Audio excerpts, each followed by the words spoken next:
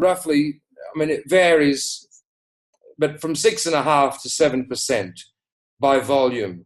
6.5 to 7% is what's ideal within the human organism of this carbon dioxide. And yet, in the environment in which we live, there is only 0.035%. So we need to be richer in carbon dioxide than our environment by 200 times. So the human organism should have, according to, and this is not controversial stuff. This is not peculiar, alternative health ideas or something. This is basically medical science. This is what you'll find in medical textbooks, in books of medical physiology, that the human organism by volume requires a content of around 6.5 to 7%, and the level of CO2 in the environment in which we live is around 0.035%. This is another uncontroversial fact, so to speak.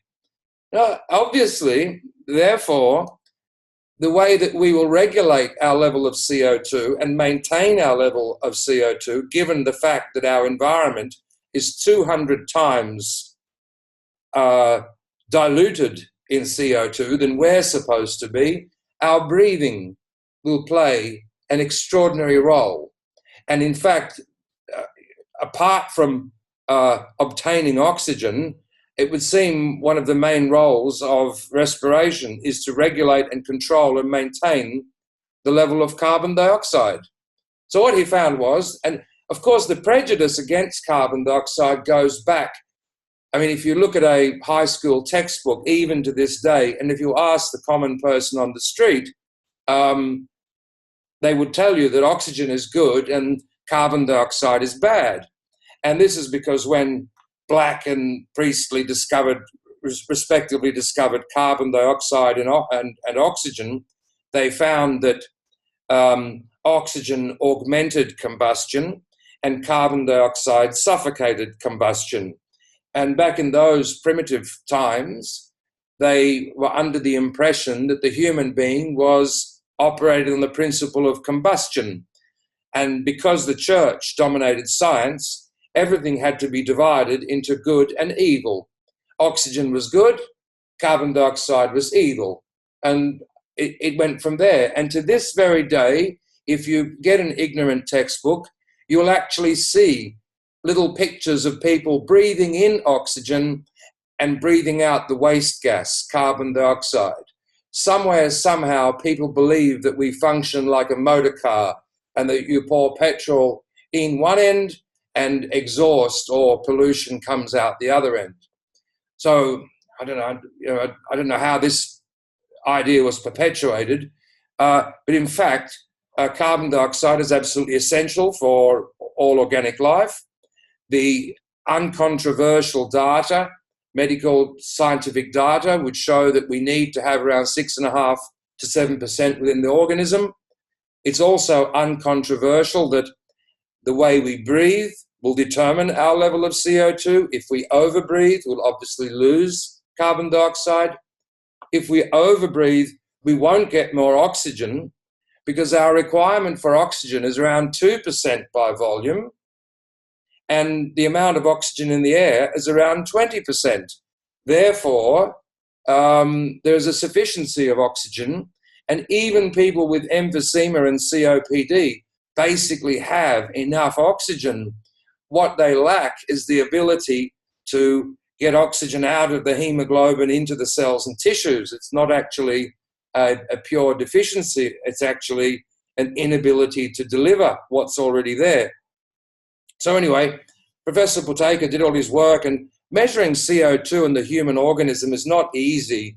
A lot of people in the West look at arterial blood gases, but that really is a quite insufficient and improper way to measure the level of CO2. You can't really discover how much CO2 an organism has within it by measuring arterial blood, for example, but they do that, and they, of course, they're misled by the readings. So anyway, Professor Buteyko made this delineation between the people who suffer with chronic disease and those who don't suffer with chronic disease being a deficiency of CO2. And being a medical doctor or having a medical, pharmaceutical, biology, physiology background, of course, he immediately turned to pharmaceuticals in the hope that he could retrain the breathing pattern or normalize the breathing according to, once again, very uncontroversial medical textbooks. The medical textbooks say that a human organism, adult, should, hey, Caroline, should breathe around 3 to 4 liters a minute. This is uncontroversial. This is not Professor Buteyko's idea. This is from the turn of the century. They discovered what the ideal sugar level is, what the ideal pulse is, what the ideal body temperature is, and what the ideal rate of respiration is. So based on medical science, a person should breathe around 3 to 4 liters a minute. And what Professor Buteyko found was that these people who suffer with asthma, allergies, angina, bronchitis, bronchoectasis, cystic fibrosis, diabetes mellitus, emphysema, hormonal disorders, myocardial infarctions, sleep apnea, daytime insomnolence, obesity, simpletons, and all kinds of, this category of diseases, which number around 200, they're all breathing 3, 4, 5 times above what is recommended in the medical textbooks. The medical textbooks say that you should breathe as a physiological norm around 3 to 4 liters a minute. And all asthmatics, without exception, are all breathing 6, 8, 10 liters a minute. And so it is with people, sufferers of emphysema, people who suffer migraines, neurotics, psychotics, insomniacs, people who have obesity, and all these chronic diseases. So he set about to try to develop a pharmaceutical approach. And fortunately, because he was very high ranking in his, scientific community, he actually lived in a place called Novosibirsk in Academicity. Academicity was reserved for only top scientists. Not anyone could live in Academicity. There actually was freedom in Academicity. There was absolute political, social, and financial freedom in Academicity because the Russian government knew that unless you gave these geniuses and scientists the freedom to discuss and argue and live a certain life, they wouldn't come up with anything. And so, his contemporaries were some of the greatest minds in the Soviet Union. Anyway, so he tried these pharmaceuticals. Nothing really worked because as soon as the drugs wore off, you could use opiates, morphine, and so forth. That worked quite well. The problem was, as soon as the drugs wore off, the breathing would rebound again, and the person would go from breathing 3, 4, 5, or whatever liters per minute that you wanted, and would revert back to its old habitual hyperventilation. And then he fiddled around with various devices, straps that you'd wear and hoses that you'd breathe through and all kinds of contraptions. And he was a very resourceful person. His actual great passion was building equipment or designing equipment for the Soviet space, for the Air Force and the space program. So he was pretty nifty with building, designing things, but they didn't work very well either. And so he became interested in how one could retrain the breathing pattern. And he discovered the only way to do that was to create it took him a decade or so to perfect it, but to actually create a systematic approach to insult the respiratory center, because as you may or may not know, the respiratory center, driven through its sensitivity to CO2, drives our involuntary breathing pattern.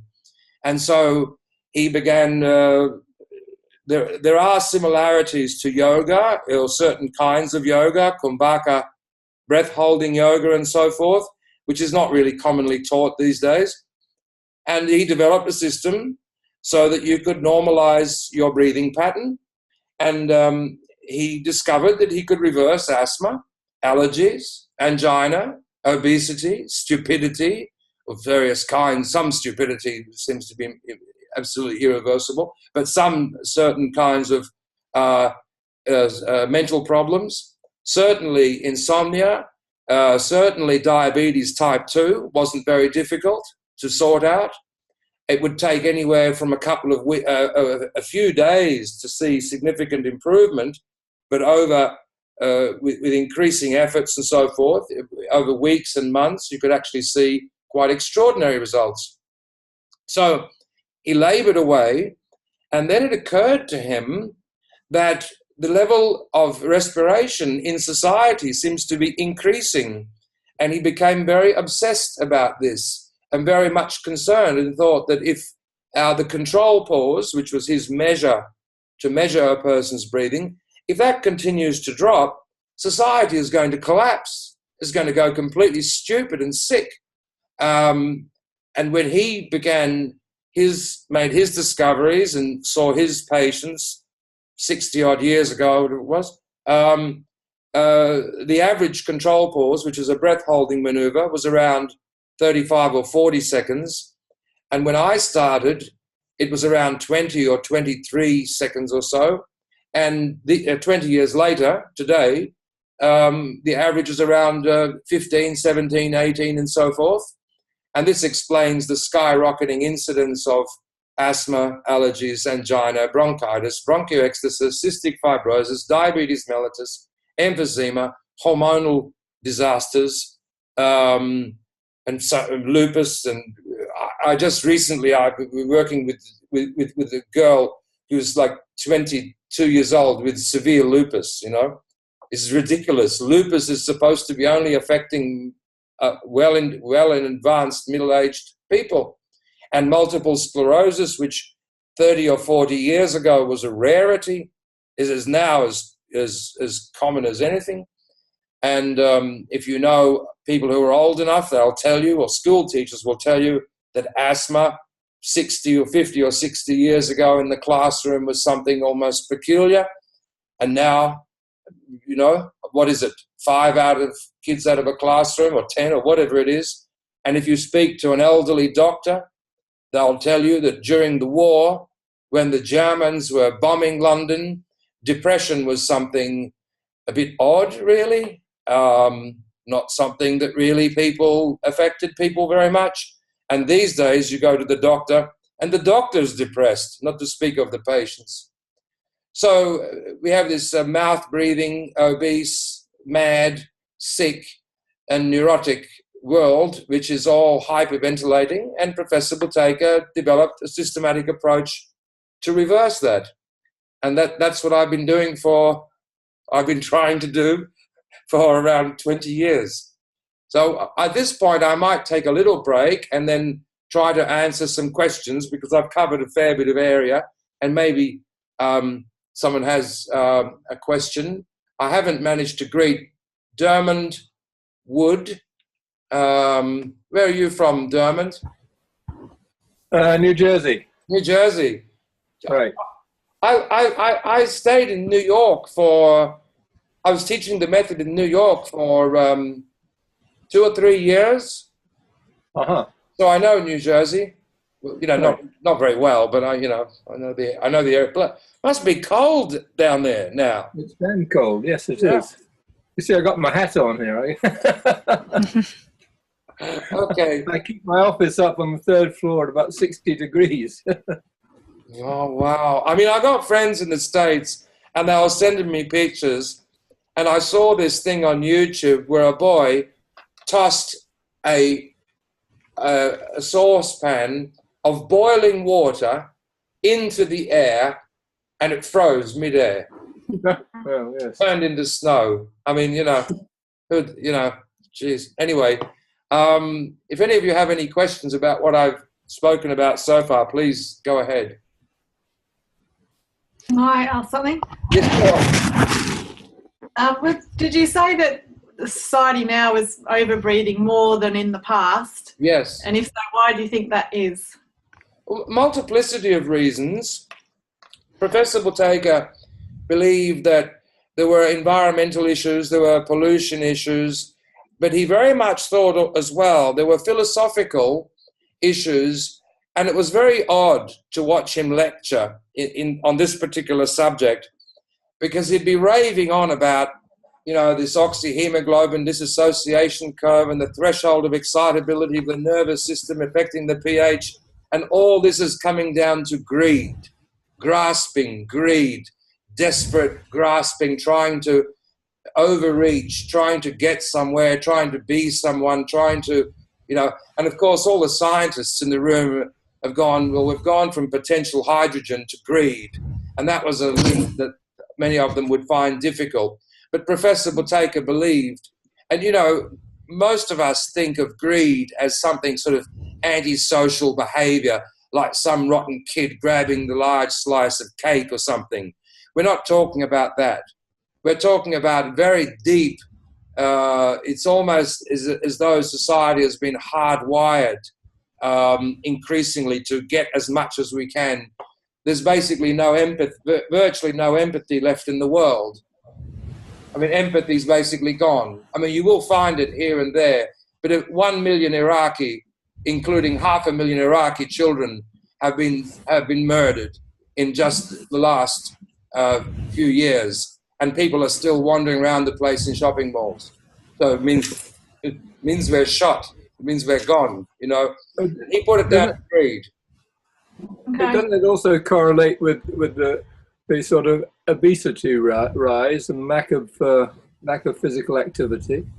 Well, obesity is interesting because people lose weight very easily with the Buteyko method, and Buteyko's explanation for obesity is not just the lack of exercise, but he claims the hyperventilation, which means that the body doesn't detox properly, and then the body will have to revert to storing poisons in fat cells, and if it hasn't got enough fat cells, it'll make more. And it's not very difficult for it to do. It can drop the blood sugar to create more appetite, and it can also slow down the glycemic cycle and so forth, so you have less energy, so you're less inclined to do physical exercise. And so obesity certainly, this is the thing, that you just don't find anyone with a high control pause who is obese, and all obese people have a low control pause. And you know, it's very interesting because you don't have causation there, right? Well, of course, there are going to be things which will be linked to it, but not all people who overeat, for example, or don't exercise are overweight. To the contrary, it's just not. Because you look at the obese person and you think to yourself, they eat too much and they're lazy.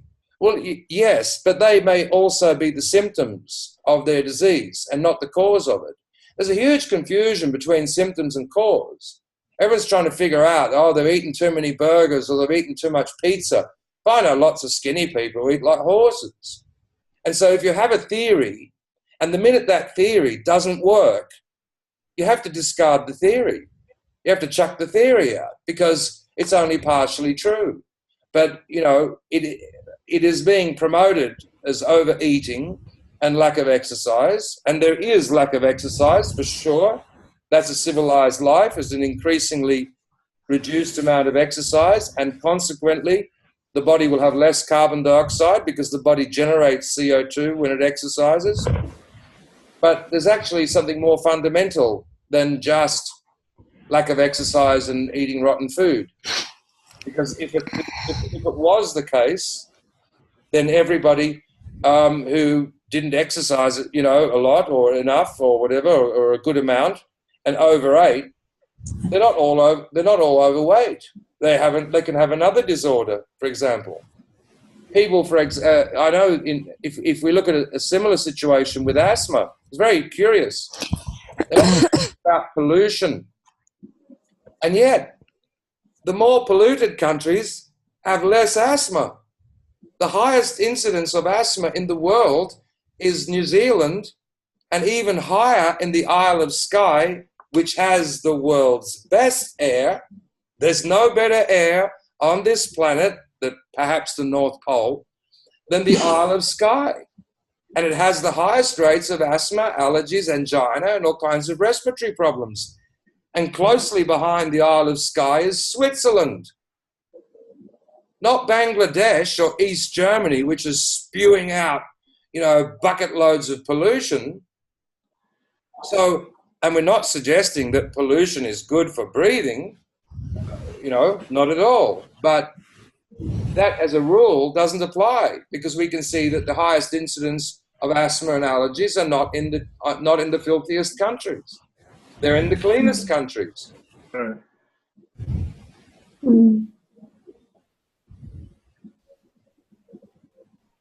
What do you think, Caroline?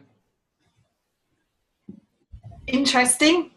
Is this Another question is, how do you measure your breathing rate? I assume you're going to come to that. Sure, I can show you. It's very simple. Well, as I mentioned before, carbon dioxide drives your breathing. Are any of you nurses or doctors, or have you done physiology or anything? Do you know or not? A little bit. A little bit? A little bit. Okay. So your respiratory center drives your urge to breathe. The respiratory center, as you know, is located in the medulla oblongata part of the brain. As you may know or not, when the level of CO2 reaches around 6.5% in the alveoli, a trigger is sent by some chemoreceptor. Don't ask me to explain that, because I've got no clue. And that invokes the respiratory center to do two things. The respiratory center produces the feeling of air hunger, so you feel suffocation, because you certainly are not lacking oxygen, not in between breaths, And secondly, it creates a tension, or some sort of provokes a stimulus in the vagus nerve system. So we have a breath holding exercise where we hold our breath in a certain position,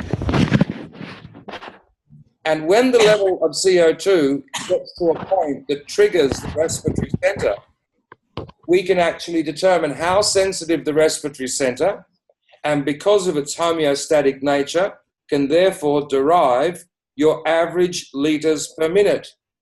So if you breathe optimally 3 to 4 liters a minute, you'll be able to effortlessly, without any effort at all, make a breath in, make a breath out, hold your breath, and hold it for about 60 seconds or so. That'll be just dead easy. That will be normal, effortless, no effort at all. And if you can only hold your breath for about 30 seconds, that would imply that you breathe around twice above what is recommended, and so forth. So we can do, if you want to do that test now, we can do it if you like. That'd be great. Okay. So don't do it now. Just watch me. Watch me first, and I'll give you, I'll be giving the instructions, but don't do it. Just watch. So you've got to, I'll be counting out the seconds when we do it together. Hopefully there's not too much of a delay. But normally I'd have a watch like so, and then I'd wait till the sweep hand, gets to a 9 or a 12 or a 6, sort of easier to remember where you were. And then what I'll do is I'd say, make a breath in, make a normal breath in. Then I'll say, make a breath out, normal breath out. Not a full evacuation, just a normal breath in, normal breath out, and then hold. And then as we're holding your nose and keeping your mouth closed, I'll be counting 1, 2, 3, 4 in the normal decimal way. And then at a certain point, you'll feel some difficulty. You will feel your respiratory center kicking in and giving you the urge to breathe. At that moment, you let go. You don't hold on, because it's like the way that you measure your height. You don't jump up to measure your height. You don't jump on the scales to increase your weight and such a thing. So watch again. I'll say, make a breath in, make a breath out, and hold. And then I'll be counting 3, 4, 5. At a certain point, you feel some urge. At that moment, you let go, and you will know how many seconds you've made because I'll be counting them out loud. Is it okay? Yeah. Mm-hmm. All right. Yeah. If you screw it up, don't worry about it. You can do it again. All right, just relax first. Just relax. Look at me. Let's make a breath in and breath out. And hold. Hold your nose, please. That's it. 4 seconds. 5, 7, 8, 9, 10, 11, 12, 13, 14, 15, 16, 17, 18, 19 seconds, 20 seconds, 23, 24, 25, 26, 7, 8, 30 seconds, 31, 32, 33, 35. Okay. Not much point to go to 60, it seems. So, what if you can effortlessly, if I'm sitting in a motor car and that motor car is doing 50 miles per hour, how far will I get in 1 hour? That's maths. 50 miles. 50 miles, because the car's doing 50 miles an hour. In the same way, you can calculate, because you breathe 20 to 30,000 times a day. 20 to 30,000 times you breathe. And why do you breathe? Because your respiratory center urges you to, and you don't resist, you just breathe. So, if on average, your control pause is 60 seconds, 60, that would mean that your average ventilation is around 3 to 4 liters a minute. And according to medical textbooks, that's optimal. That's like a blood pressure of 120/80, pulse of 60 or whatever. If your control pause is around 30, it would mean you breathe around 6 to 8 liters a minute. 6 to 8, double. You breathe for 2 people. So you can imagine blood pressure for 2 people, or eating for 2 people, or sleeping for 2 people. And if your control pause is around 20 seconds, you breathe for 3 people on average. You breathe 3 times above what's recommended. And if your control pause is 10 seconds, it means you breathe 6 times above what is recommended. I don't know what kind of practitioners you are, but you can check it yourself. Check your very sick patients, the ones who are the worst. They'll have the lowest control pauses, and the ones who are less sick will have slightly higher pauses, and the ones who are in very good health, excellent health, will have the highest pauses. I mean, it's pretty... You can actually take a newborn baby, brand new. Don't do this because you end up... But I mean, you could take a newborn baby and you could block its mouth and block its nose, and it can happily hold its breath for 3 minutes. No effort at all. You can throw it in a pool. It'll learn to swim before it needs to breathe. Oh, sure. Absolutely.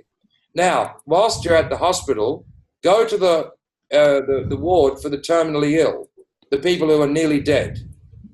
Mouth breathing, chest heaving, oxygen masks, and the whole body is, basically trying to get more air, and they are losing their level of CO2 dramatically, and eventually, of course, metabolic alkalosis and death comes around 5 seconds and below.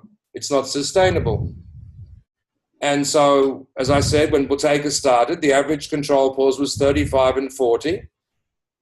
And when I began 20 years ago, the average control pause in Australia, 25, 20, whatever. And these days, what are you seeing in workshops, Marcel? Lots and lots of 15s, 12s, 18s, like that.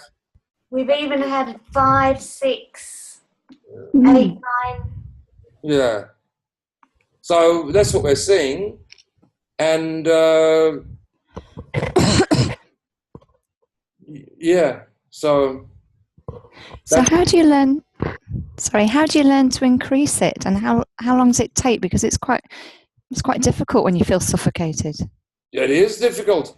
There is a practice to, you see, even if I were to show you or tell you, you should breathe light, you should breathe subtle, you should breathe less because you breathe too much. The problem is that the respiratory center, because of its homeostasis and the chemistry through compensation mechanisms and diseases has been established. Because this level of CO2, if you don't have the right level of CO2, you'll die. Like that. Metabolic alkalosis, dead. So the body does lots of things, lots of tricks to try to improve the level of CO2. And some of those tricks are diseases, or what we call diseases, like asthma, allergies, angina. So, in other words, what I was trying to explain, Erica, is that this respiratory center is very strong and very stubborn, and anything you do to try to come against it, it can beat you, because you can't. I mean, if it was easy, people could commit suicide by holding their breath. I want to die. Hold your breath. You can't do it. You need a tall building or a knife or something, or a gun or whatever. So in order to change a breathing pattern, the respiratory center needs to be reconditioned. And there are exercises, which is basically breath-holding exercises. But then as you practice, there are any defense mechanisms, toxins, medicamental interventions, all kinds of things interfere with the changing of the breathing pattern. So therefore, a practitioner has to coach and explain according to the person's situation.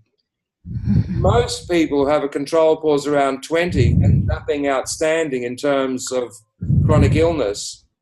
It's not very difficult. They can begin improving their breathing and their control pause can go up within a few days. A simple 1-week course is enough for them.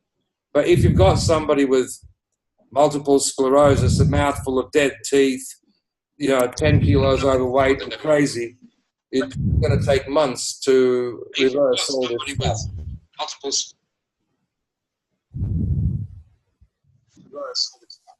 So kids, for example, are very quick and easy. Small kids, 8-year-olds with rhinitis and asthma, just a few days. It's like you just play games with them. There's certain games for kids, You almost feel bad taking the money because, can you do this? Can you do that?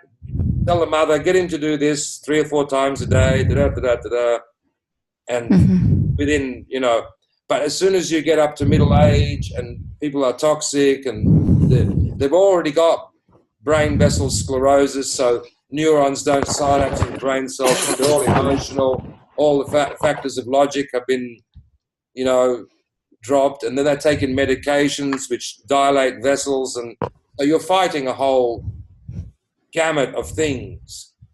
But it's worth it because within a few days they start to see improvement, significant improvement, and if they persist, they can resurrect their health. They can take off all this stupid medications and toxic advice and being sick all the time, which is a fantastic thing for people with chronic fatigue or lupus or something horrible like that,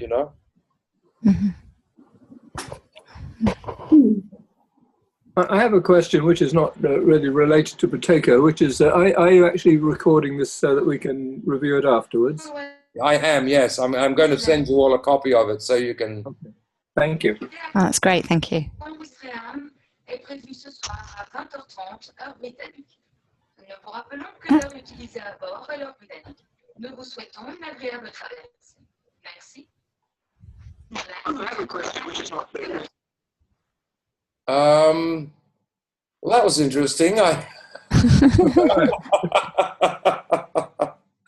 I'm sorry, I've muted everybody, and I'm going to unmute you again. Or if someone has a question, please raise your hand, and then I'll unmute you.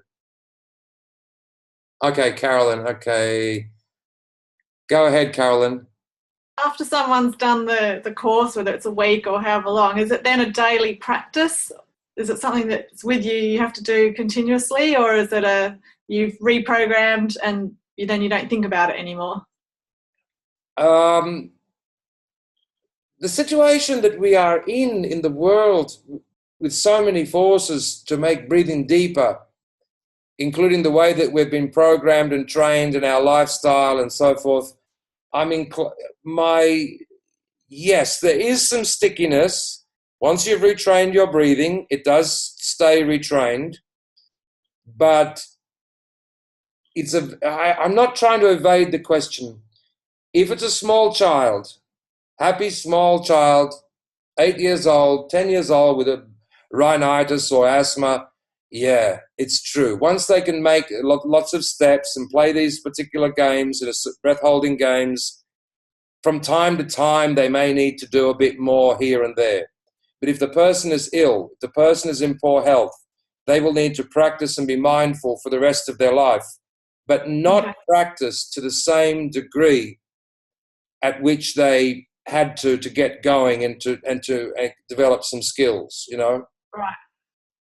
Okay, thank you. Welcome. Go ahead, Dermot. Yeah, just to share my experience. I've been doing Buteyko now for about 10 years.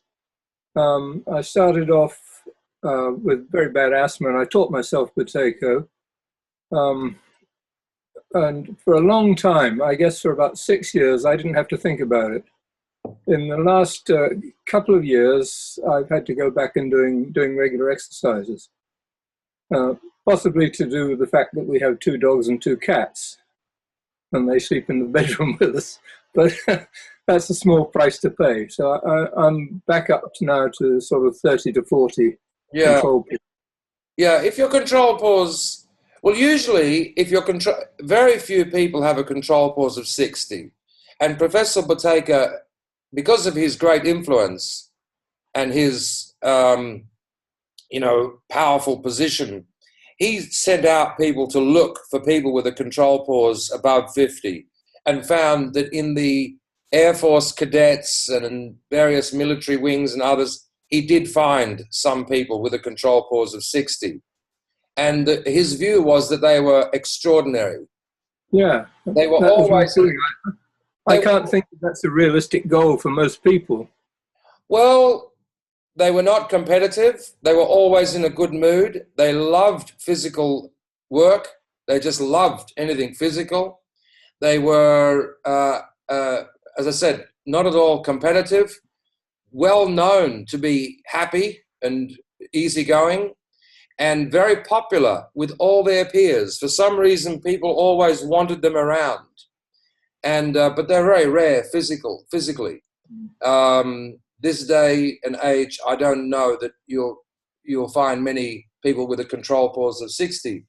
How are you doing? It varies. If it drops below 40, I'm not very pleased, right. and it does sometimes. It's below 40, but then it depends on levels of work and so many other factors. I might let it slip for a while and then I get back into it again to lift it up. Good, thank you. Any more questions? Go ahead. Sorry, hold on a second. Sorry, Erica, I didn't unmute you. That's all right, no worries.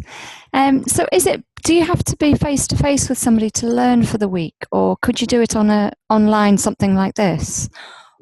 How would you recommend? We're doing it online exactly the way that we're doing it now. Fact, I apologise, I haven't looked at the website yet. Oh, look at this. We've got one guy who's doing the method himself and is coming on our presentation to gloat that he learned it himself. We've got someone else who doesn't even bother to come. He doesn't even bother to look. It was do it now or delay it till. I'm just kidding. I'm just kidding. Do things tomorrow. No, we do. You see, when I started, we do things the old-fashioned way. We'd give free presentations in public. I'm sorry. There's a scream. I've got to go. 1 second. I'll be back. Okay. A scream. Okay. Does anyone else have a question?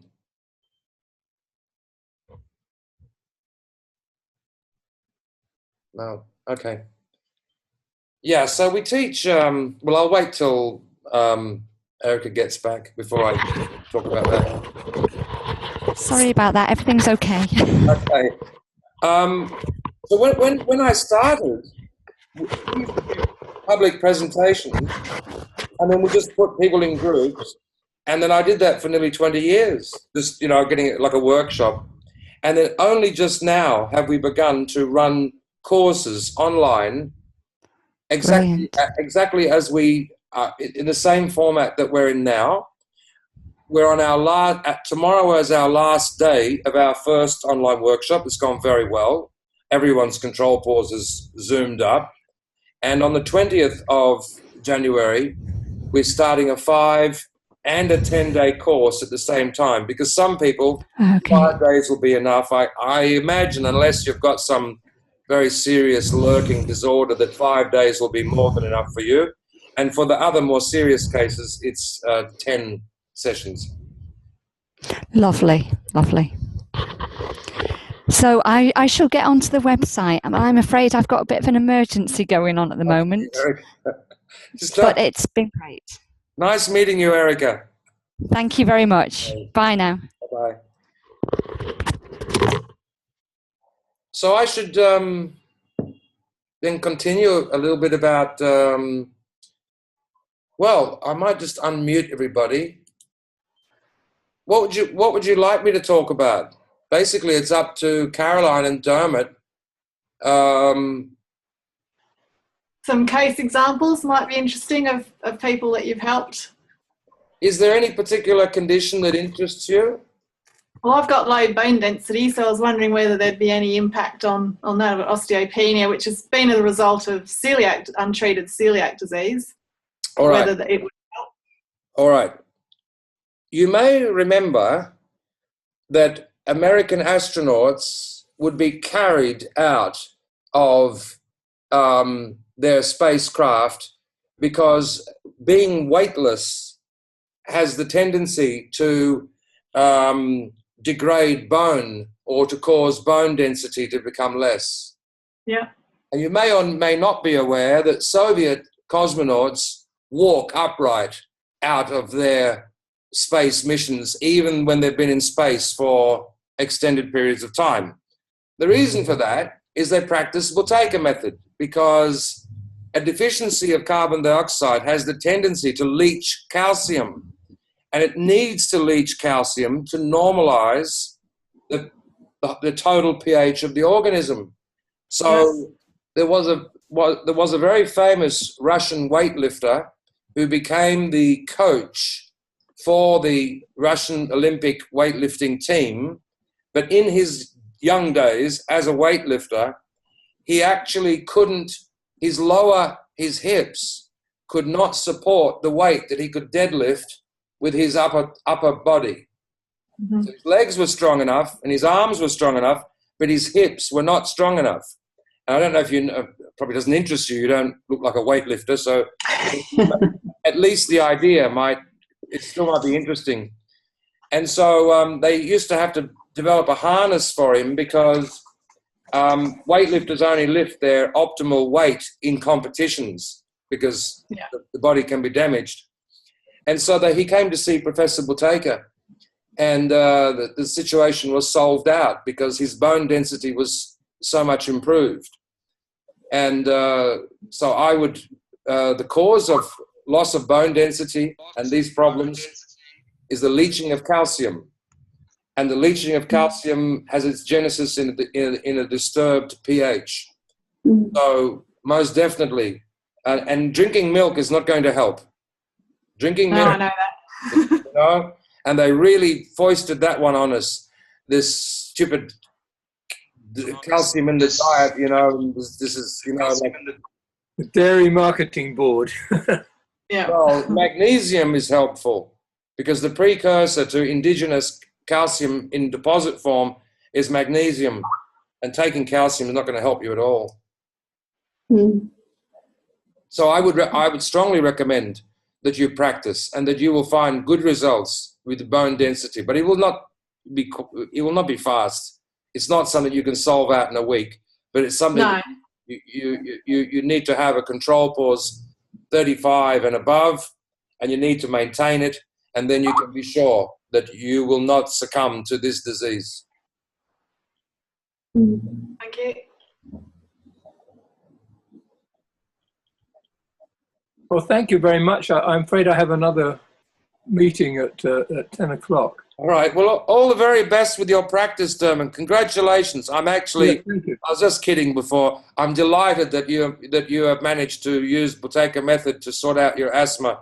It's a good thing. And I'm very, it is a wonderful thing. I can't speak too highly of it. but if your control pause goes up enough, it won't matter. Dogs, cats, birds, fur, whatever. Right. You know, they won't bother you anymore, because allergic reaction is also, you know, it's not as bad as asthma, but it's also to do with a less than optimal control pause. Well, it doesn't bother me, but the only thing is I have to do the exercises twice a day, whereas for a long time I didn't.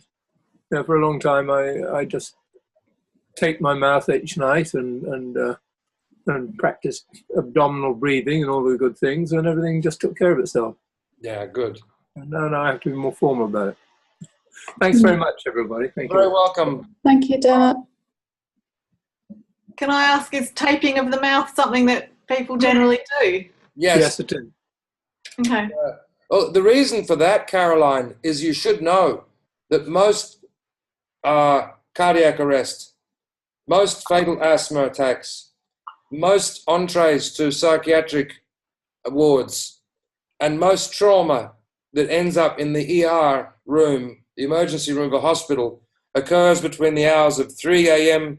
and 6 a.m. And there's a reason for that. Breathing deepens a lot when you become unconscious. So the mouth breathing is impossible. If you do mouth breathing, you will lose lots of carbon dioxide. Your condition will deteriorate whether you're practicing Buteyko or not. So you cannot take the risk. And snoring, sleep apnea, all these things come off when you, or improve immensely, and when you tape the mouth. At first, taping the mouth sounds horrible and it feels not very nice, but after a while, when you wake up in the morning bright and light and strong instead of more tired than when you went to bed, and, you know, feeling better, you'll begin to like it. Okay. Yeah. It's my husband's got asthma, but he also has a deviated septum and can't breathe well through his nose, so it doesn't sound like it would work for him. Well, deviated septum can also be sorted out. We can show your husband. Did you say your husband? Yeah. Yeah. There is breath holding exercises which will open up the vessels, and he will be able to breathe through the nose even if he has a deviated septum. Also, you need less air. Yeah, because you need less air, but also the aperture of the vessels will increase, even for people who have a deviated septum. Okay, it's interesting. I think we might have covered enough for this session, and Thank you. you're all very welcome to come to any other webinars that we've got, and of course, you know, if ever you're inclined to a workshop, you'd be more than welcome, of course. And if you have any questions, please feel free to email or to join another webinar when we schedule them. Okay, thank you. Okay. Thank you. See you, Marcel. Thank you for your time. Bye. Bye. Bye-bye. Thanks a lot. Bye.